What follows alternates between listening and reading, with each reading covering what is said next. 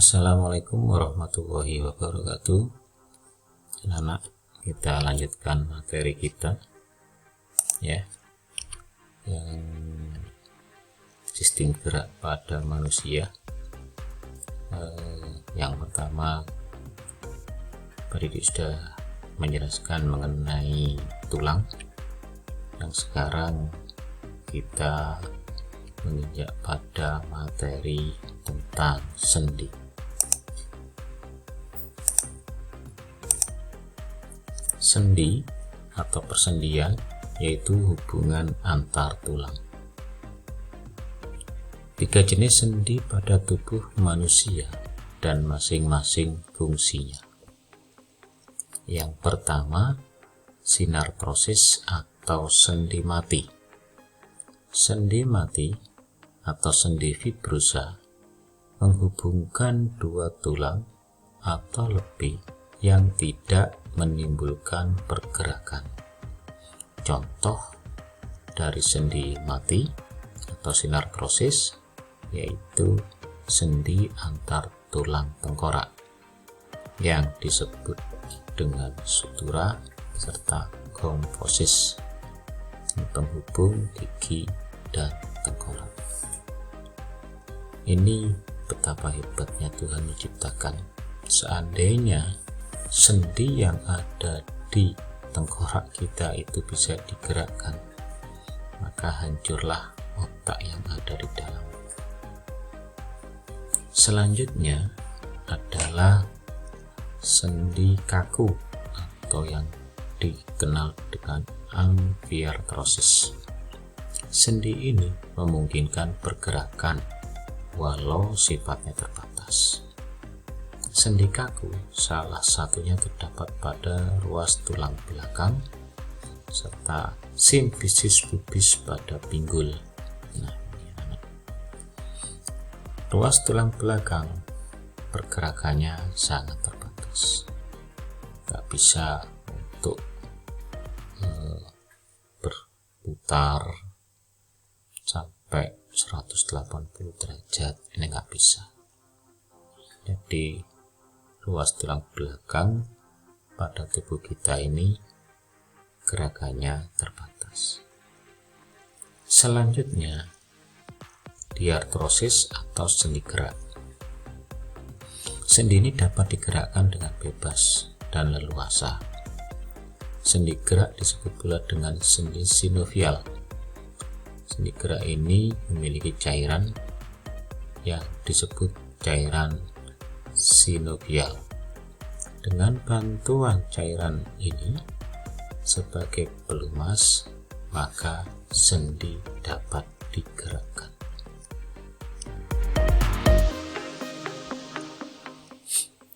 Hubungan antar tulang atau persendian.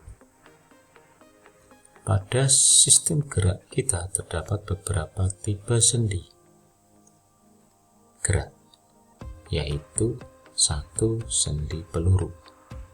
Sendi ini menghubungkan antara satu tulang yang mempunyai satu ujung bulat yang masuk ke ujung tulang lain yang berongga seperti mangkok.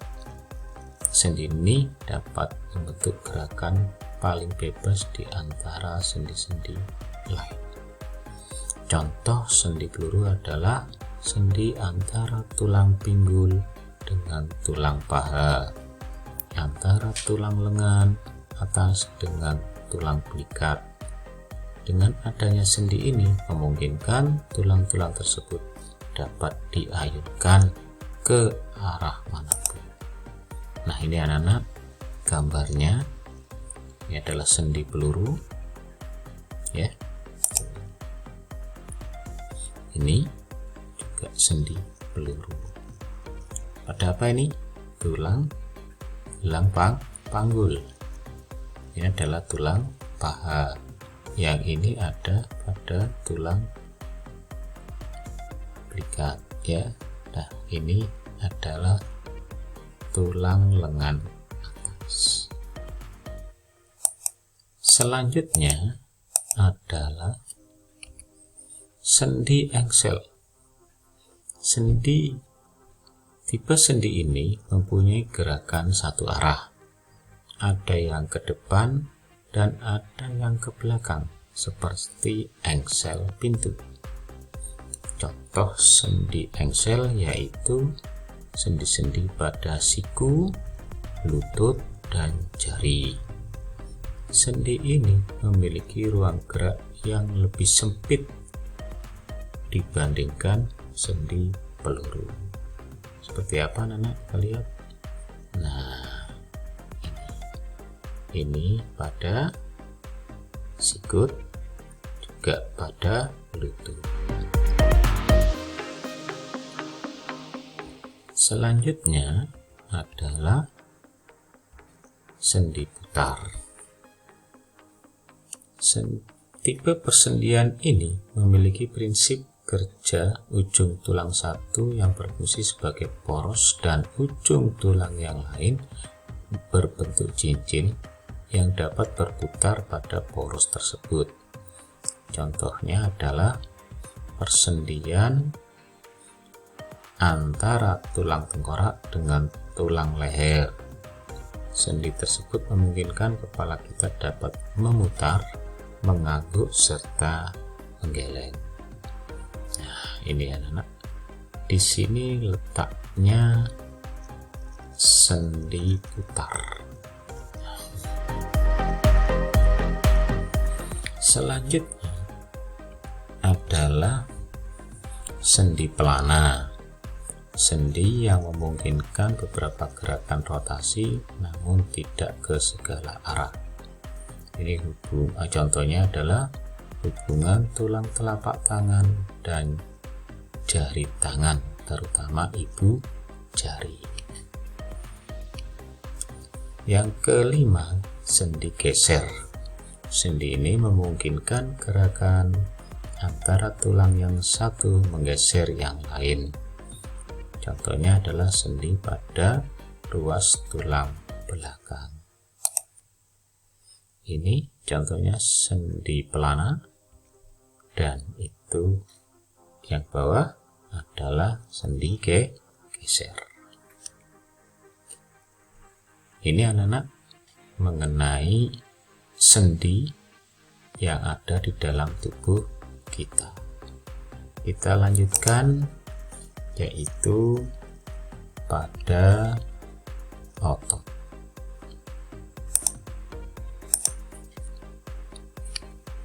Otot adalah sebuah jaringan dalam tubuh manusia dan hewan yang berfungsi sebagai alat gerak aktif yang menggerakkan tulang. Fungsi otot menghasilkan gerakan rangka seperti kontraksi dan relaksasi otot yang menempel pada rangka dapat menggerakkan rangka. Yang kedua, mempertahankan postur dan posisi tubuh, misalnya mempertahankan posisi kepala saat membaca buku, berjalan dengan posisi tegak, dan lain sebagainya. Yang ketiga, mengatur pintu masuk dan keluar saluran dalam sistem tubuh, misalnya menelan, buang air besar maupun kecil. Semua hal tersebut dipengaruhi oleh otot rangka yang mengikutinya. Yang keempat, menyokong jaringan lunak, menggerakkan organ-organ dalam tubuh seperti usus, jantung, dan sistem tubuh lainnya. Yang kelima, mempertahankan suhu tubuh. Kontraksi rangka memerlukan energi dan menghasilkan panas untuk mempertahankan suhu normal bagi tubuh. Otot diklasifikasikan menjadi 3 jenis, yaitu otot polos, otot yang menggerakkan tubuh manusia yang sistem kerjanya distimulasi oleh sistem saraf otonom, yaitu sistem saraf tak sadar pada manusia. Ini otot polos tersusun atas sel-sel yang berbentuk gelondong yang pada setiap ujungnya berbentuk runcing dan memiliki satu sel. Kita lihat gambarnya anak-anak. Nah, ini ya.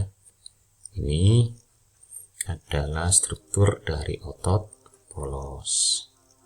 Selanjutnya adalah otot lurik.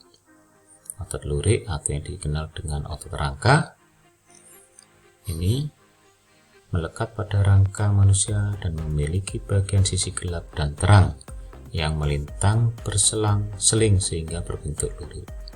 Ciri-cirinya itu anak-anak berbentuk silindris dengan garis gelap terang tanpa ada cabang. Otot lurik melekat pada rangka, bekerja di bawah sistem saraf sadar melalui perintah otak, pergerakannya sangat cepat namun mudah lelah, memiliki banyak inti sel pada bagian tepi dan bentuknya panjang, mempunyai pigmen mioglobin. Gambarnya seperti itu. Nah, ini anak-anak ya, gambar dari otot lurik. Nah, sekarang selanjutnya adalah otot jantung. Otot jantung atau miokardium yakni suatu perpaduan otot lurik dan otot polos karena adanya persamaan yang ada pada otot jantung. Otot jantung bekerja secara terus-menerus tanpa istirahat atau berhenti. Fungsinya yakni untuk memompa darah dan mengalirkannya ke seluruh tubuh.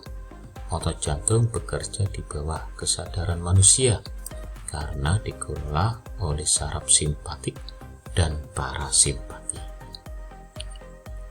Ciri-ciri otot jantung. Otot jantung bentuknya silindris atau bulat pipih, memiliki banyak cabang yaitu sitium. Otot jantung terletak di dalam jantung. Terdapat satu inti sel yang letaknya di tengah, bekerja dengan dipengaruhi oleh saraf simpatik dan parasimpatik sehingga tanpa kesadaran manusia tidak membutuhkan istirahat dalam bekerja. Nah, ini yang bahaya ini anak-anak.